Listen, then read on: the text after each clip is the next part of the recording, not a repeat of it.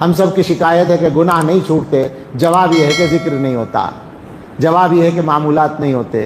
ان کو معمولی نہ سمجھے، معمولات کا مطلب نہ عملیات ہے نہ معمولی ہے۔ بہت سے لوگ سمجھتے ہیں عملیات، بالکل غلط، اور بہت سے لوگ سمجھتے ہیں معمولات ہے نا تو معمولی چیز ہے۔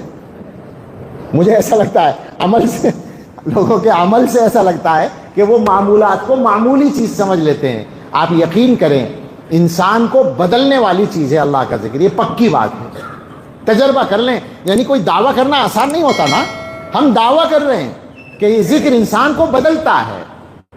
آپ اپنے اوپر تجربہ کریں، نہ تبدیلی آئے تو بتائیں پھر، مگر یہ کہ روزانہ کریں، پابندی سے، ایمانداری سے، صحیح طریقے سے، اپنے شیخ کے بتائے ہوئے طریقے کے مطابق کریں، پھر دیکھیں تبدیلی نہیں آتی، اس کا سوال ہی پیدا نہیں ہوتا۔ بہرحال یہ طاقت پیدا ہوگی تو انشاءاللہ گناہ نہیں ہوں گے، اور اگر ہوں گے تو پھر گناہ پر باقی رہنا نہیں ہوگا۔ اللہ تعالیٰ بہت جلدی توبہ کی توفیق دیں گے۔ دل اتنا صاف ہونا چاہیے کہ اگر تھوڑی دیر کے لیے نفس و شیطان نے دبا بھی لیا تو فوراً بعد وہ دل تڑپ جائے اور اپنے رب کو راضی کرنے کی کوشش کیے بغیر اس کو سکون نہ آئے، یعنی توبہ کے بغیر سکون نہ۔ ہمارے حضرت فرمایا کرتے ہیں کہ ہم لوگ صبح سے شام تک اللہ تعالیٰ کو ناراض کرنے والے اعمال کرتے رہتے ہیں اور راضی کرنے کی فکر ایک بار بھی نہیں کرتے، توبہ کی فکر ایک بار بھی نہیں کرتے۔ یہ کتنی غلط بات ہے، جبکہ اللہ تعالیٰ کی طرف سے کیا کیا آسانیاں ہیں۔ فرما رکھا ہے کہ یا ابن آدم لو اتیتنی بقراب الارض خطایا لا اتیتک بقرابها مغفرۃ، اے انسان اگر تو زمین بھر گناہ لے آئے، کون کرے گا زمین کے برابر گناہ؟ زمین بھر گناہ لے آئے تو میں زمین بھر مغفرت لے آؤں گا۔ اور یہ بھی بتا رکھا ہے ایک گناہ اگر بار بار ہوتا ہے اور تم توبہ کرتے رہتے ہو کام چل جائے گا۔ ایک دن میں 70 دفعہ تم نے توبہ توڑی، پھر آ گئے معافی مانگنے کے لیے، اللہ تعالیٰ فرماتے ہیں میں معاف کر دوں گا۔ اور ایک حدیث تو ایسی ہے جس کو پڑھ کر امید بندھنے لگی، سچی بات ہے۔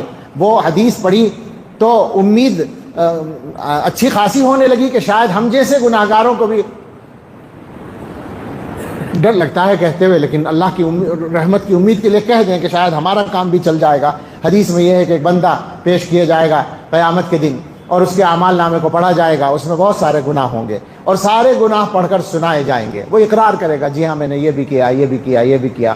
اللہ کے ہاں اقرار کے بغیر چارہ نہیں ہوگا، اس لیے کہ سب یاد آ جائے گا۔ ابھی تو ہم بھولے بیٹھے ہیں بہت سارے گناہوں کو، وہاں یاد آ جائے گا۔ یوم یتذکر الانسان ما سعی، جو کیا ہوگا یاد آ جائے گا۔